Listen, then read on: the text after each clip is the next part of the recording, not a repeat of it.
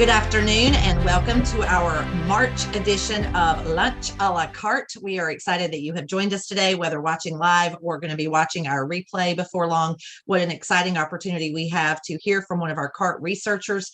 And so I want to give just a couple of quick announcements for everyone.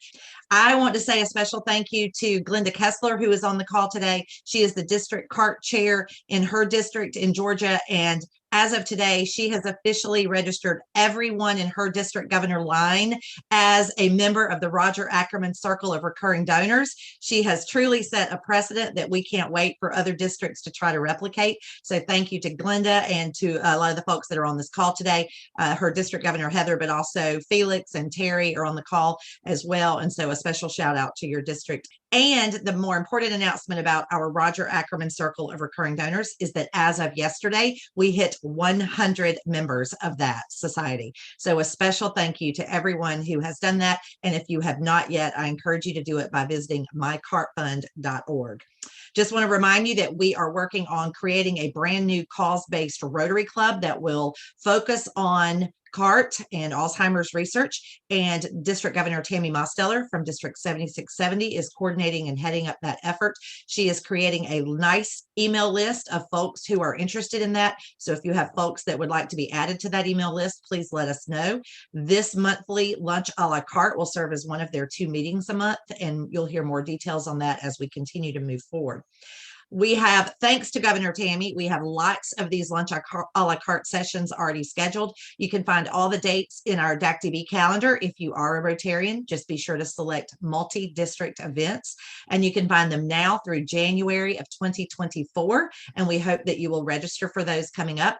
If you are not a Rotarian and you would like to find those dates, they are on our website under the calendar, and they are also being posted on our social media accounts. So I encourage you to follow us on both Twitter and Facebook, and be sure to subscribe to our YouTube channel. And we would love for you to follow us along on those outcomes and those means of social media.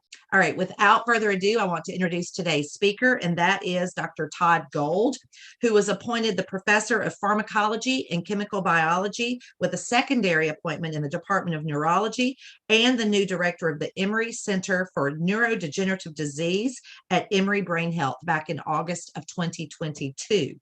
He is a scholar there. He moved to Emory University from the University of Florida, where he was the director of their McKnight Brain Institute.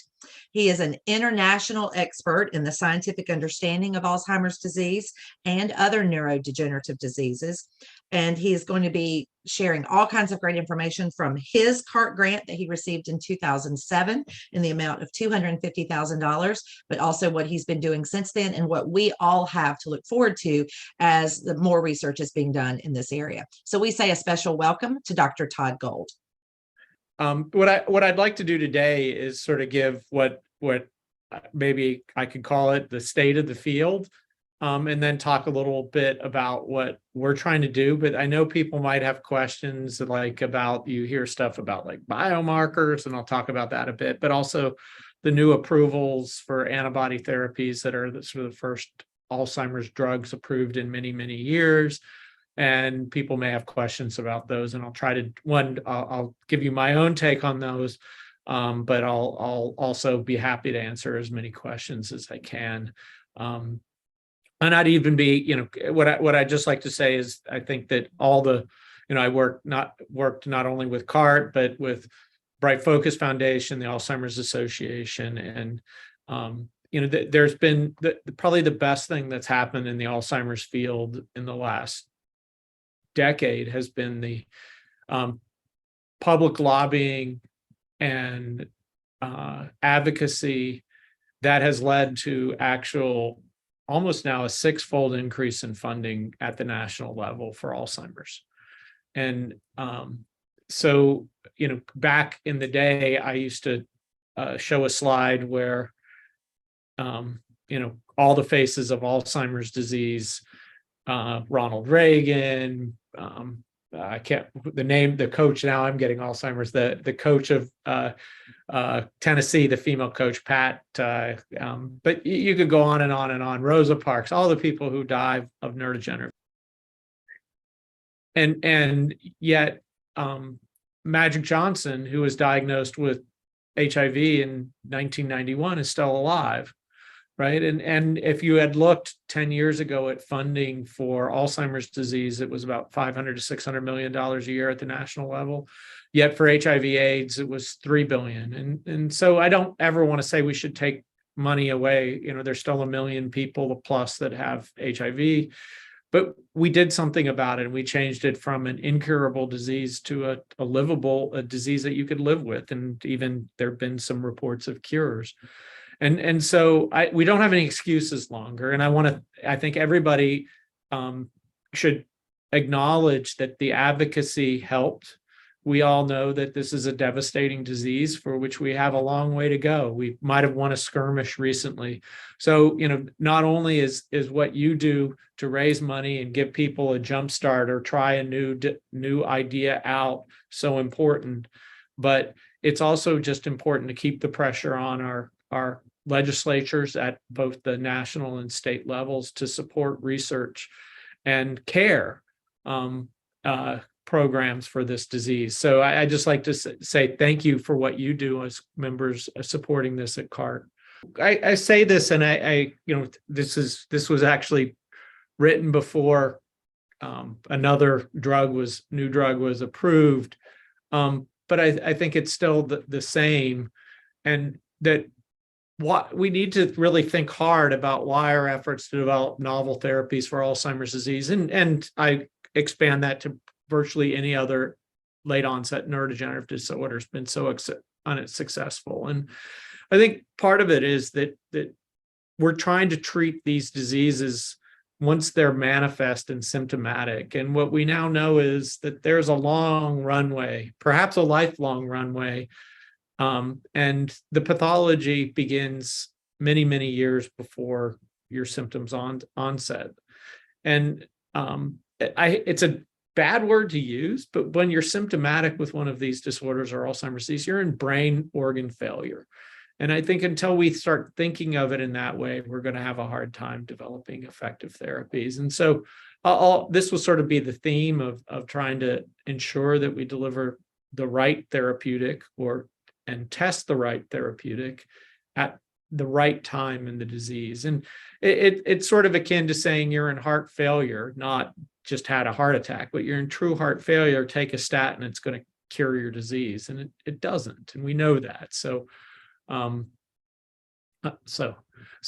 this is sort of what I've called it, is it's not just a disease of aging, but a lifelong journey into brain organ failure. And so, if you've been in any of these meetings, you know that the symptom or the pathologies described by Dr. Alzheimer's are still pretty much what we study: the amyloid plaques, the tau tangles, and the neurites surrounding the plaque, and then the atrophy and neuronal loss within the brain. But this is all stuff that occurs if this is just sort of the classic person who got Alzheimer's disease at age 80.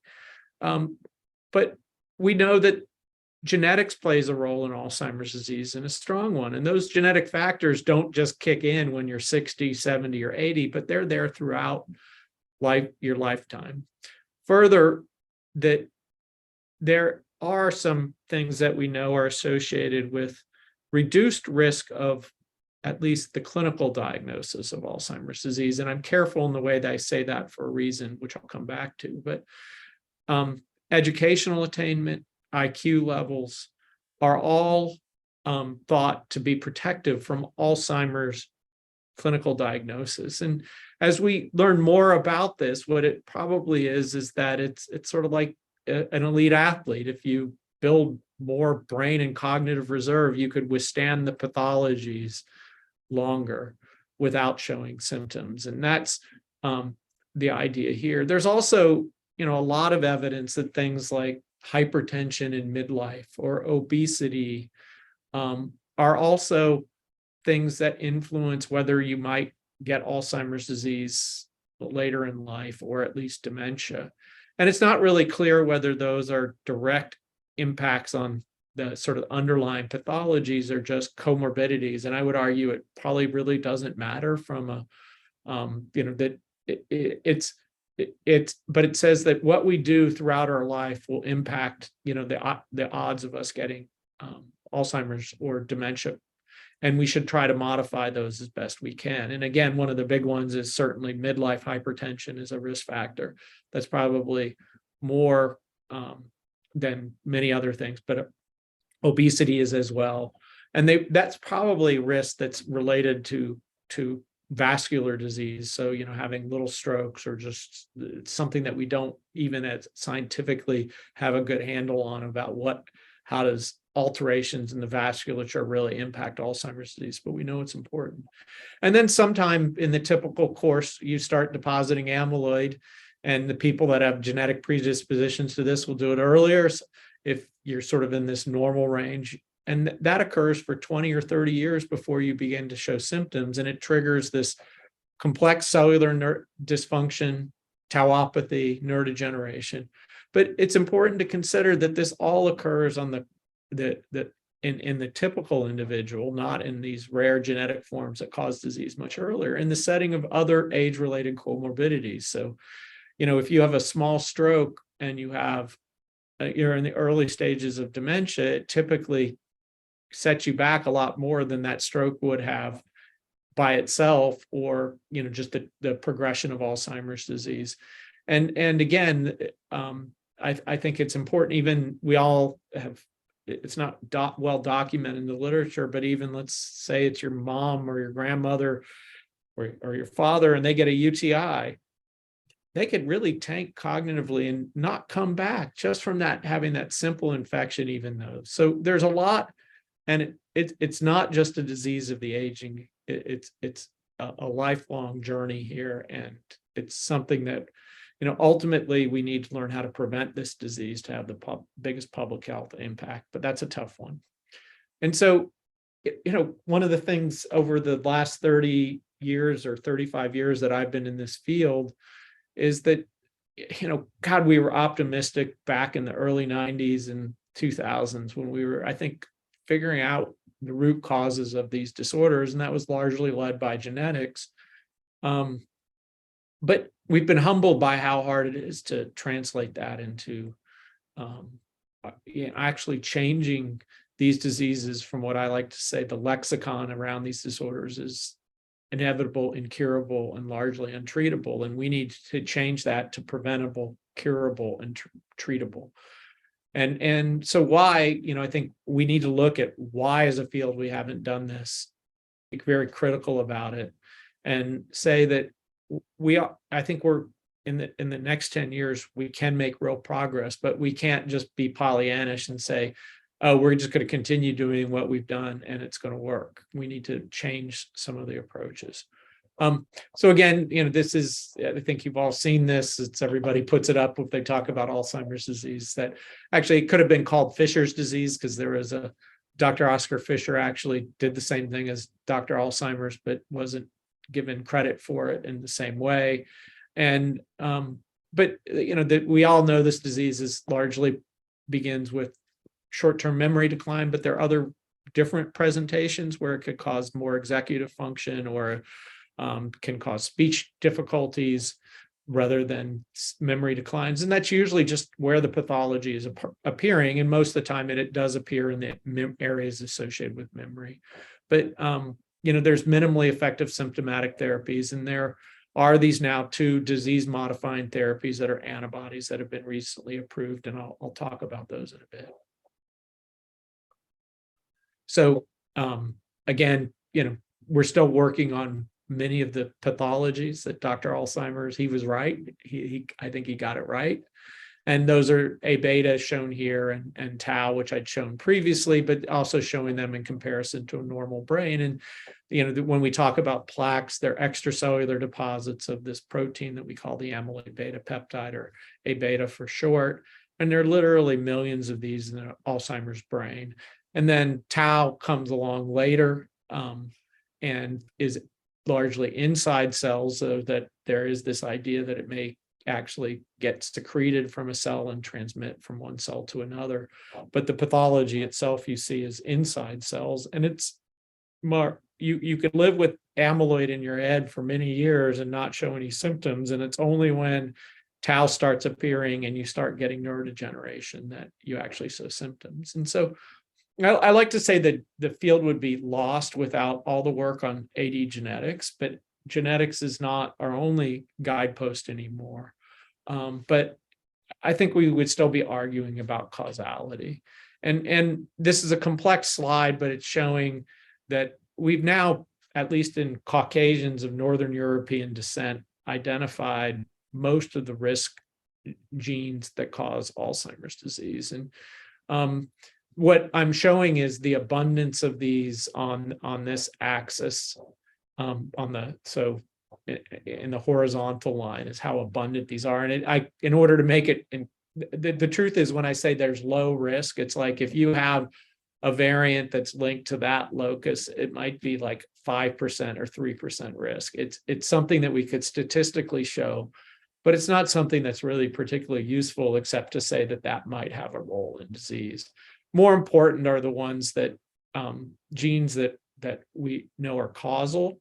And so you probably heard about like the maybe the dominantly inherited Alzheimer's network, where colleagues throughout the world, led by Randy Bateman at WashU, study people with these various mutations that get Alzheimer's disease typically in their 30s, 40s, and 50s when they inherit a mutant variant of these genes. And these basically cause what is essentially very similar to, if not identical, disease to the typical late onset Alzheimer's disease. And then the biggest actually genetic risk factor for any major disease of any type is actually the apolipoprotein E4 allele. So this is a cholesterol transport protein, but it's made in the brain. And if you have an E4 allele, one E4 allele, which is about 17% of the population, you're at about threefold risk for getting Alzheimer's disease. So it accounts for about half of all Alzheimer's we see. If you're unfortunate enough to be one of the 1 or 2% who get 2 copies of this, it's almost like you're going to get Alzheimer's disease. There are few escapees that have been reported, but it's about a 10 to 15-fold increase in risk. And all these other genes down here just cause different levels of risk. But I just point out that in Iceland, they found the amyloid protein precursor gene encodes for amyloid beta peptide. And in Iceland, they found a variant that you make less of it. So in fact, the same genes that are risky in one way when they promote amyloid deposition are protective here. Further, ApoE genes seem to promote the accumulation of amyloid beta peptide, though they probably do other things. But the ApoE2 allele, which is present in a very small percentage of people, actually around 3 or 4%, is actually protective. So we have this, not only are, you have both protection and risk associated with Alzheimer's disease. And people might have heard about there's a study done in Colombia where there's a large family who has a single type of mutation in presenilin. And when this was started, I don't think anybody realized that there were actually thousands of people at risk from this allele, because it was this huge extended family. Because the rel is like 0.01% present in the general population. So it's really, really rare. But in Colombia, in South America, it's not. And there was recently reported somebody who had a rare variant in ApoE who, instead of getting Alzheimer's at 45, lived to 75. So I think there's also something we could learn. And there was this really rare variant called the Christchurch variant in apolipoprotein. So that'll tell us something. And it also tells you that even in the cases of where you have these super, super strong genetic risks for Alzheimer's disease, we may be able to do something about it. And this is a complex slide, and I'm not going to go through it in detail, except to say that really, why do we think that what we think about Alzheimer's disease, and there's still people who will argue it, and I will say that I just think they're wrong. But that we have all these genes that seem to impact Alzheimer's disease risk or cause Alzheimer's disease. And we could trace those back to the biology of accelerating amyloid deposition. And so that's really the fundamental reason why amyloid or A beta has been the main target of this disease. But I keep going back to my argument about, atherosclerotic heart disease. That deposition in the heart vessels begins sometimes in people in utero. And, if you don't take a statin, waiting to take a statin until you're 75 isn't going to do any good about your heart disease if it's atherosclerotic. More recently, we've also found genes that seem to regulate the immune system in the brain, and these probably regulate either the response to the amyloid deposits or actually can regulate the rate of deposition, because these are like the scavenger cells in your brain. And then we do know tau is important, but for a different reason, is that their disease is called tangle-only dementias. This might be what Bruce Willis has. We don't know. But they tend to cause a little different kind of dementia called frontotemporal dementia. And in this case, they get tangles, but no amyloid, and that causes neurodegeneration. So I'll come back to this, but this has really been our roadmap for developing therapeutics, which is targeting A beta and amyloid, tau, and the tangles and immune modulation. But I think we also need to move beyond that. And so this idea that amyloid's a trigger of the disease, that still is not a fully well understood process. The leading hypothesis that's been out there is that A beta itself is a neurotoxin. And there's things that make you think that this might not be the whole story, or may not even be true at all, even though it's been the primary driver of our field for many years. And I'll talk to a little bit about one of the exciting things, and one of the reasons I'm here at Emory is that we're now showing that a bunch of other proteins, once amyloid triggers the initial deposit, co-accumulate, and these may mediate the disease. Or again, this idea that the immune cells in the brain react to these deposits, and that's important for driving this.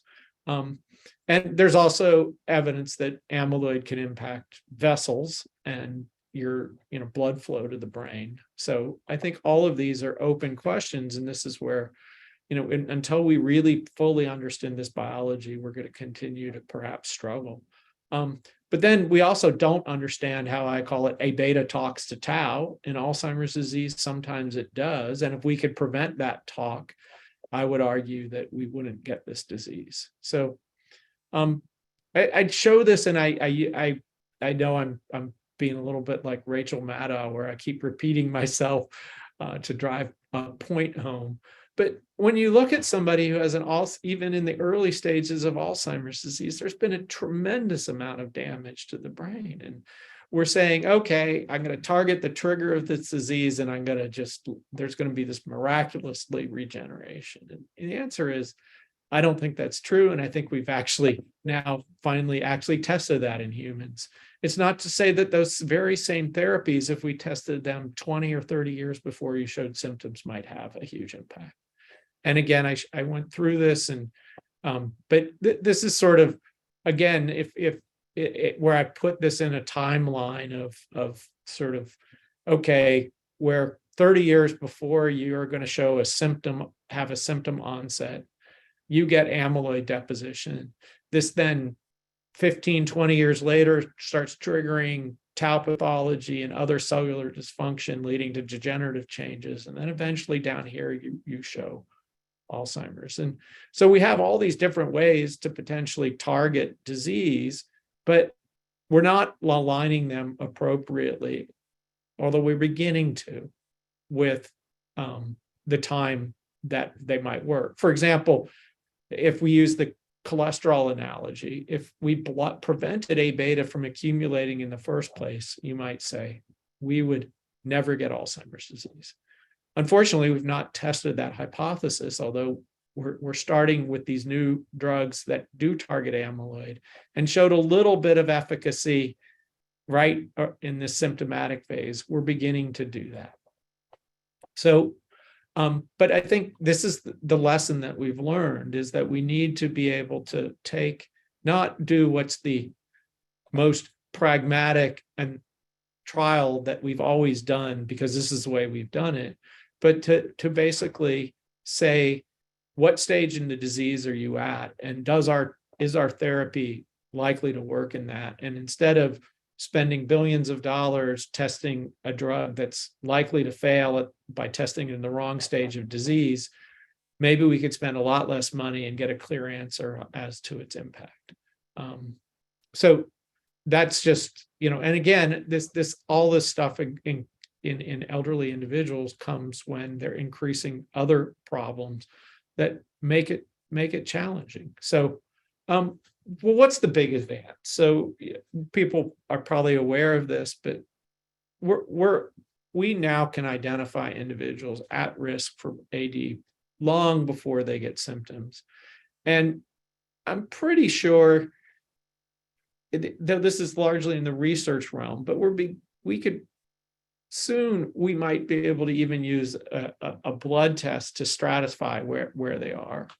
So the tools that we use are magnetic resonance imaging, so MRI scans, which could tell you how much brain degeneration is there, and that if we do these over time, you could actually watch the brain shrink as people progress with Alzheimer's disease.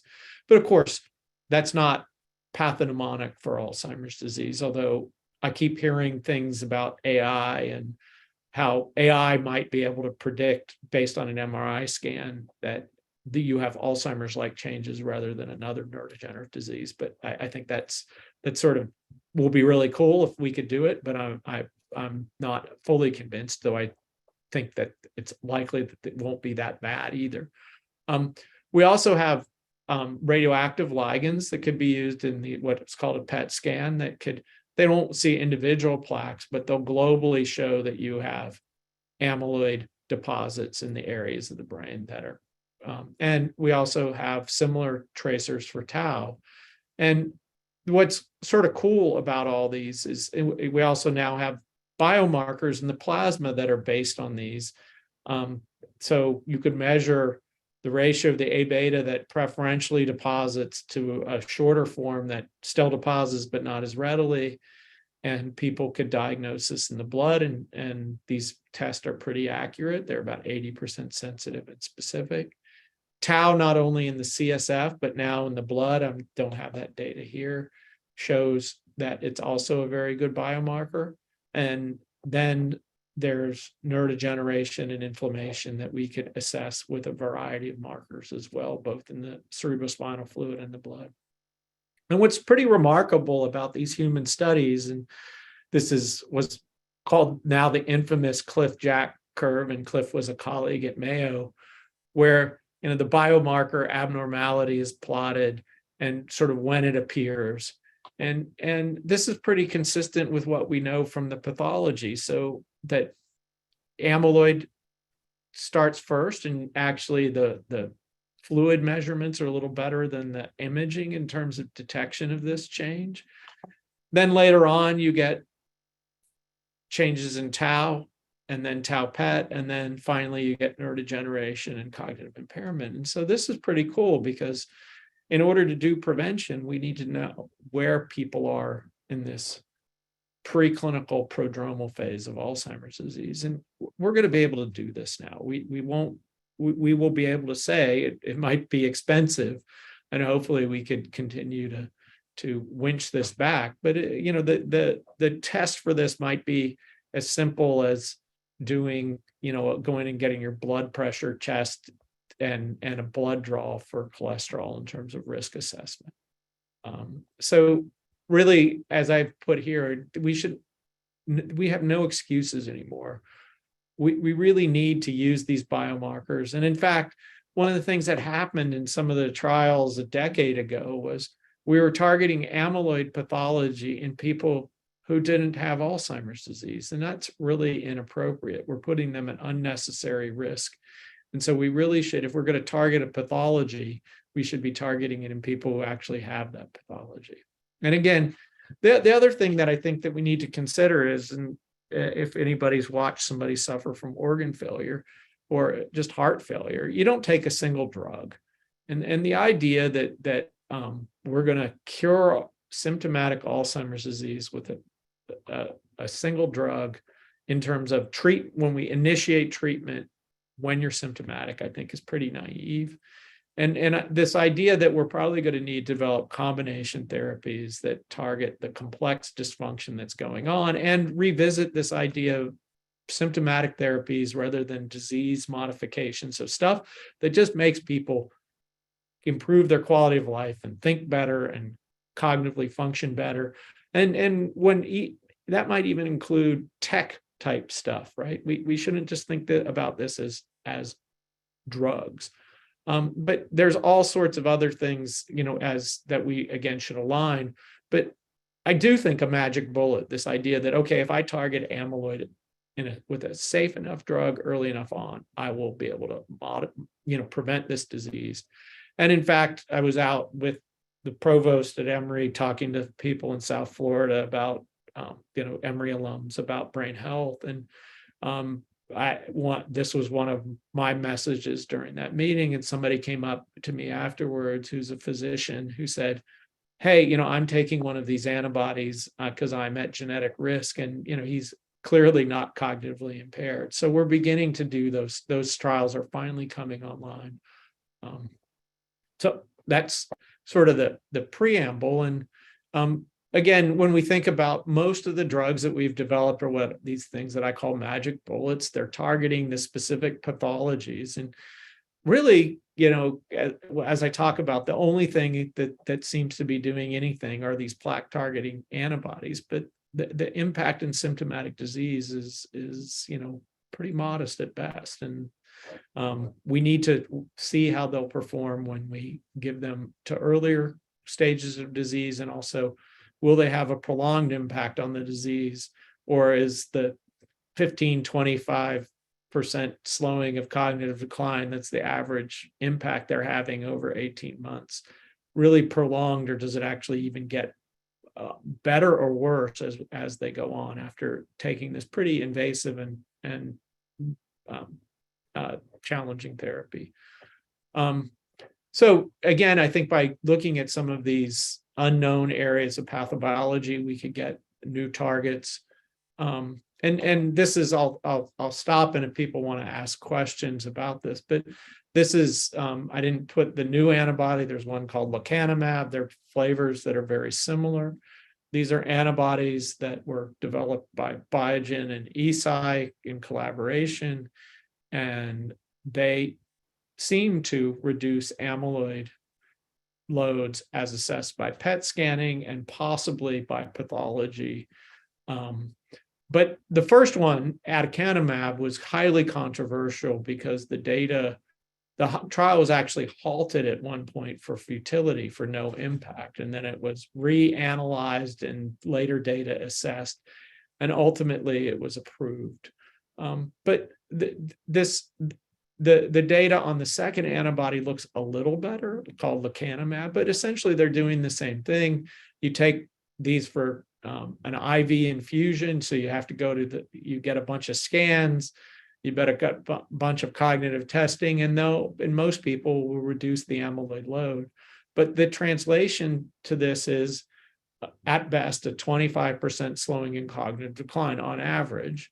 And one would ask, if that was your spouse or your mother or your father or grandparent, would you even notice? And would they even notice? And the answer is probably not with that. And they have side effects. So one of the things they cause is small inflammation in the brain. That's probably related to what they're doing. They're probably activating the cleanup cells in the brain to chew up amyloid, and that's why it's going away.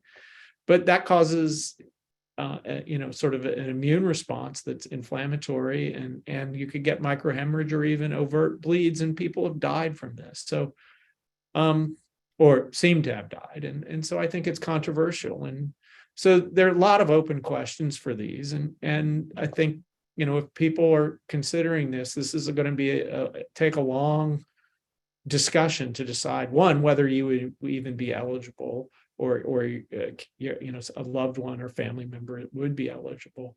But there's so many questions that we don't have yet about, what what the long-term impact of these drugs will be. And so what I say is the bottom line is simply we have to do better. And I think we can. This is a start. It's, people have talked about the war on cancer. And the war on cancer is still going on. 600,000 people still die of cancer in this country, even though we've had some remarkable battles that we've won. Some certain forms of childhood leukemia, are almost completely curable. Melanoma that used to be deadly, if it was now could, in some people, could be cured by these immune checkpoint inhibitors. So it's a first skirmish. It shows that we probably weren't wrong by targeting amyloid. We're just too late. And so I hope when they winch these and other antibodies back, we'll actually see a big impact on public health. But in the meantime, we're going to get a bunch more people get Alzheimer's disease, and we still don't have a lot to offer them. If this is the best we can do, it's not good enough. So this is just switching a little bit now to, what am I working on, and what here at Emory especially, there's I'm really excited by some of the what we call omics studies, where we're not just seeing Alzheimer's as a disease of amyloid and tau, but we're seeing all the other complex changes that go along with it. And these are leading to novel biomarkers that are going to help place us in the continuum of the disease a little better than what we have now. But they're also, we're pretty sure these are intimately linked with Alzheimer's pathology, and they may offer new ways to intervene as we understand them. Over the years, I've also developed sort of a gene therapy toolkit. We largely use this not for gene therapy in humans, but in mice, to really try to validate novel targets. And we've developed some novel models using this, and we have some really cool stuff coming down the pipe. And then one example of something that we developed that really started as Alzheimer's disease, but we actually are hopeful in the next couple of years we'll get into the clinic for other disorders, and maybe one day do an end around, because we still think it might have impact on Alzheimer's, but it's not the easiest way to get things in the clinic. And then sort of what I call the moonshot, or my pipe dream of, this idea of developing combinatorial therapies. It's hard to develop one alone, let alone to develop this combination that might work. But I think we need to do that if we really want to impact symptomatic disease. And so that's really what we're trying to do. And this is just a summary of sort of what we've learned from being able to, as I say, see the forest now. So we have these tools, and there are things called transcriptomics, where we can measure every mRNA in the brain, or we could actually measure every mRNA in individual cells in the brain and ask how they are different, or at proteomics, where we actually measure all these proteins. And so one of the things that I'm, with my colleagues here at Emory, Nick Seafried and Alan Levy, have been able to do is show that many of the proteins that are altered in the AD brain are also altered in our mouse models of amyloid deposition. And lo and behold, they're co-depositing with amyloid. And many of these actually are known to have biological signaling functions, whereas amyloid peptide does not. And one of the things that this is leading us to is this idea that it's the co-deposition of these proteins over time that is actually triggering all the degenerative phase of the disease. And we're starting to generate, it's a hypothesis now, but we're starting to generate some data that sort of shows this. And we're really excited by this, but I'm only showing a snapshot here of what we found. There are literally dozens of other proteins that are co-depositing. And the other thing, it's sort of the same argument we made for tau. We really, despite all our efforts of trying to understand and target tau, we only have 5 modalities or classes of sort of therapeutics in the clinic, none of which have had any data associated with them, which would give you reason to think they're going to work. So we need many more targets. So we've been doing the same thing with tau, and we're really excited by that data, because we're beginning to see that we might actually, for the first time, get to some really novel targets doing that. And this is sort of a leftover, but again, this viral vector that we employ is actually the viral vector that's been used and for many gene therapies that are approved for human use, almost all of those target very rare disorders. And I don't think we're ready to start doing gene therapy for Alzheimer's disease today, but 10 years from now, we probably will be. I mean, there are trials going. I don't think they're going to work. But what we do is this could really serve as our technology accelerator, because we could test a hypothesis instead of in years. We could reduce that to months, or a few months typically, and generate data that would have taken us so long to do and test hypothesis. And what I like to say to people is, I think as you go on in science, you have to learn to be willing to fail. If you're not willing to fail, you're never really going to break new territory. And part of being willing to fail is being able to fail quickly so you can move on. And so this really helps us to do that. But just one example of what we've done with this is developing a new model. Our models of tau pathology aren't particularly great in terms of, and you need a model in order to develop and understand therapies. And so what we do is we actually grow a slice of a mouse brain in culture, and we could keep these alive for a year. And using our viral vectors, we could put genes, and this is just a fluorescent protein, into the various cell types in the brain. So we could do things and image them in real time that would cost hundreds of times more if we were doing these in the mouse, although we can do that as well. But we could also actually visualize processes that you just would be really hard to do in an intact brain.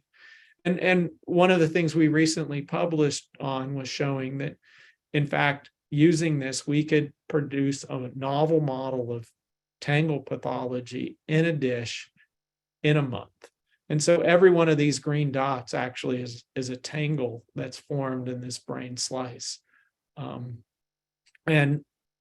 We've actually gone on to show that everybody thought that this tangle, because when these proteins form these pathologies, they actually become insoluble, would be a tombstone, and it would just sit there. But in fact, we show that these turn over, and we now have some clues as to why. And so we're really excited by that. The other thing is that a lot of the genes for Alzheimer's disease seem to work in microglia. These are the scavenger cells in the brain. But one of the challenges of working with microglia in the brain is that they are really hard to genetically alter. And so we could do that quite well in these slice cultures. So again, we're excited about that. And this is sort of our end around. And in fact, this work started by a grant that I inherited from somebody who was leaving the University of Florida, who had a postdoc who was exploring links between stress and increased levels of A beta. So when we get stressed, and I think all of us have experienced plenty of stress over the last few years due to COVID and various things, and what happens is that you sense this in the brain, and an area of the brain called the hypothalamus makes something called corticotropin releasing factor, which goes to the pituitary gland. And then that causes pituitary to release something called ACTH, which goes to your adrenals, which makes cortisol. And cortisol is basically like a metabolic reprogrammer. So this is, the idea, you've probably heard, the fight or flight. So when you get stressed, the idea is that you want to mobilize energy stores from your muscle and make them more accessible. And that's good in the short term. But especially in a Western society where I think we have excess levels of stress and also excess access to caloric food, most of this probably kind of system evolved to when you got stressed, you were in a drought and you didn't have access to food, or you were being displaced and homeless, and so you didn't have access to excess food. And so we think this is a pretty big driver of excess sort of metabolic syndrome, obesity, and diabetes. But we began to study this in the context of how did it impact neurodegenerative disease and these proteins involved in that. And our data led us to the fact that the drugs that there have been something like 3 decades of work in pharmaceutical and academic labs to try to drug this pathway, none of which had been very successful. And because of our work on studying amyloid antibodies, this little protein is very similar in size to amyloid, but at present at really low levels. So we drug this with an antibody. And just to give you an example of, on the right is somebody who you might have seen these people, somebody who's been exposed to excess glucocorticoid. In this case, it's something called Cushing syndrome, where you get a pituitary tumor that doesn't make CRF, but it makes ACTH, and you get basically, nobody calls it this, but this is premature aging. And that people get cognitive dysfunction, brain atrophy. And if you take out the tumor and restore cortisol levels, actually a lot of this could go away. And so this got us excited about this possibility. And the truth is we got pretty lucky because we got a really good antibody. And people have tried this in the past and they failed. But this just shows we could actually make a mouse model that looks sort of like this. It gets what we call this buffalo hump and loses hair. And a single dose of this antibody will actually regrow hair. Sorry, men, all of us who are follicularly challenged, this is not male pattern baldness. This is actually stress-induced hair loss. So women after parturition get this a little bit because you spike your CRF levels. But so I don't think this is going to work for that. But this is actually, if we could take super old mice, these are 22 months old, and inject them with a dose of this antibody, and they will drop weight. But they actually not only drop weight, but they increase muscle mass, and they actually their brain gets bigger, which is pretty remarkable. And we have some emerging data that this might work in terms of not altering A beta, but altering tau and neurodegeneration. But that's not solid yet, and we want to be right. But ultimately, we think this is the kind of strategy we might need to actually do prevention in Alzheimer's disease. You need to have an agent that will work for a common disease that you could actually get into the clinic, show that it works, and then over time, you could evaluate its impact in terms of preventing future Alzheimer's disease. But again, this is also what sort of makes science fun and being open to orthogonal data. It was really an MD PhD student in my lab who noticed, and this is just showing when we took the 1 litter mate got, that's a big obese mouse. So that they both looked like this to start. This was the mouse that got the antibody. So he had noticed that the mice were losing weight doing the study, and that led us to this point. And we've actually now humanized this antibody, and we're looking for seed funding to move this forward as a company, because it's a whole different ball game when you develop a therapeutic. It will be something like $10 million to get this into humans and test it in the first phase. But we're excited about this because of its potential for impacts on human health. And I'm only listing stress is related to major depression. It's related to post-traumatic stress disorders and other things. So again, something that originated by our study of Alzheimer's disease, because we were open to looking at things, may have impact on many disorders, and hopefully will come back and actually show efficacy in Alzheimer's. And this slide has nothing to do with Alzheimer's, but it sort of is the moonshot, and this idea of, even today, I said we've won many wars on cancer, but our battles, but the war is far from over. And one of the challenges with the idea of developing a combination of therapies to treat Alzheimer's disease is that how expensive would it be? And we don't really have a good way preclinically to do this. So we've been turning our AAV toolkit towards some other disorders. Initially, ALS is one, and treatment-resistant cancer, in all of these in collaboration, with the idea of developing a preclinical roadmap to show that in a disease which is going to kill you pretty quickly, we could actually, at least in the preclinical model, do something that nobody has been able to do before, in terms of really modulate that, not just a little bit, but actually, let's say, cure it in that model. Then I think we would have the impetus to argue that we could take this into the clinic. And by starting with something like ALS, which is much less, it's much quicker than Alzheimer's, it has some easier readouts. We think that we could lay down the roadmap for actually doing this eventually in Alzheimer's, which is where we think we need to go at the end.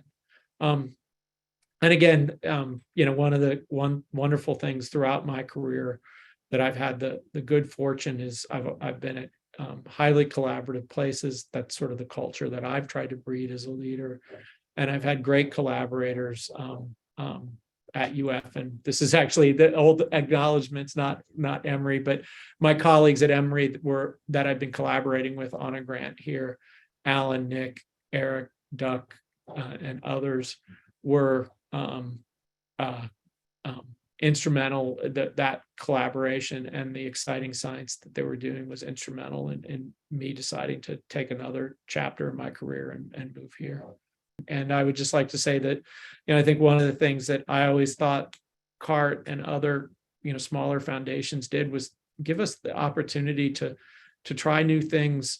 If it's, there's that joke about the drunk under the street lamp. I don't know if people have heard that, but a policeman walks up to the drunk and he sees him on all fours and he goes, "Sir, what are you doing?" He goes, "I'm looking for my keys." And he goes, "Well," he got down and looked around and he goes, "Well, they're obviously not here. We could see anywhere where you would have dropped them and they're just not here." And he goes, "Oh, I know that. They're over in the park, I think, but it's dark over there and never be able to see anything." And, if we really want to make scientific breakthroughs, we have to be willing to look in the dark and fail. And not everything that something like the CART fund does is going to work every time. Because if it was a sure bet, it'd be funded by the NIH. That's the honest truth. And so you allow, it's philanthropy that really allows us to break new territory, because even today with the sort of ridiculous pay lines at the NIH, a good novel idea sometimes just doesn't, it's our peers. They just don't, that's not right. I don't believe in that. But, so you have to have enough data to prove that you're right. And that takes a willingness to fail.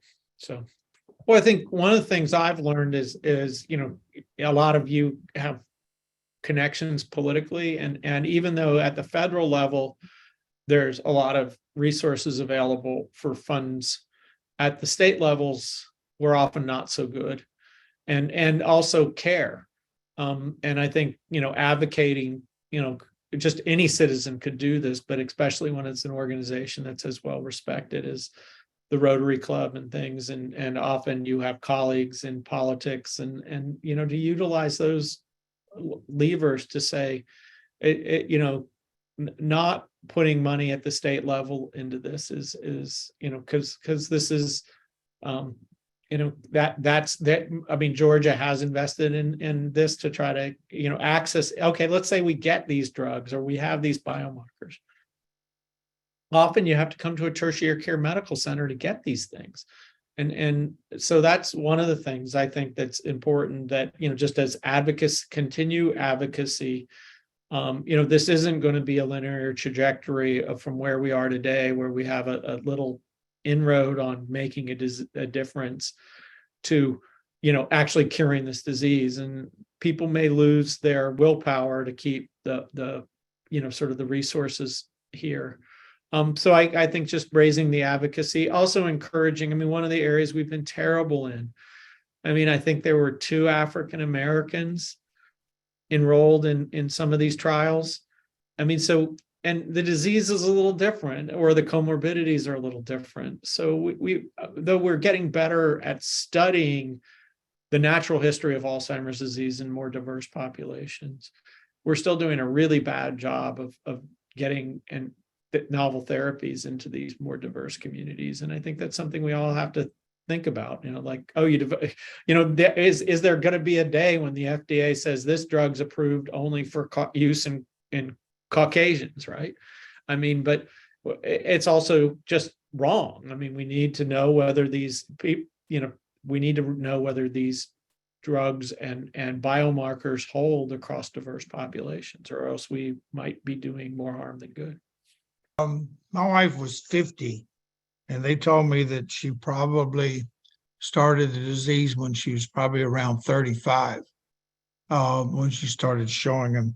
What got me was that the doctors fought me for 4 years. They kept saying that she was so young. Yeah. And another thing that got me was the medical world was so ignorant to Alzheimer's.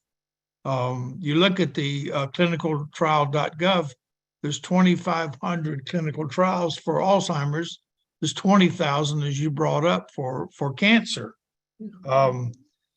And, we went to people and said, if we had something today that told you that you were going to have Alzheimer's, would you want to know? It was 50-50 both ways. Half of them wanted to know, half of them didn't want to know. And when you were talking about earlier, we had a doctor that come in had talked about the brain in the dish. Was that what you were talking about? We were very excited about that when the doctor told us about it. Yeah, well, I mean, there are various flavors on this. I have a little hubris, so I would like to say that I might know who that is, but this is pretty inexpensive. And this is real pathology. And some of those systems that have been claimed to have lots of pathology in a dish aren't real pathology. But those are human systems often, and that there's some advantage to those.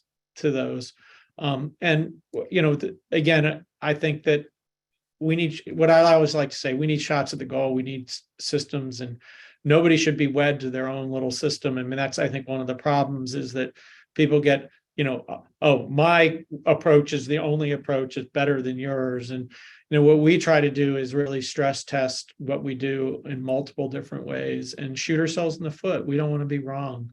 And but I mean, I feel for you with your wife. I'm sorry to hear that, but it's right. I think that is why I started off with the advocacy and right. We used to say losing your cookies when you get older is just a process of getting older. And we know that that's not true.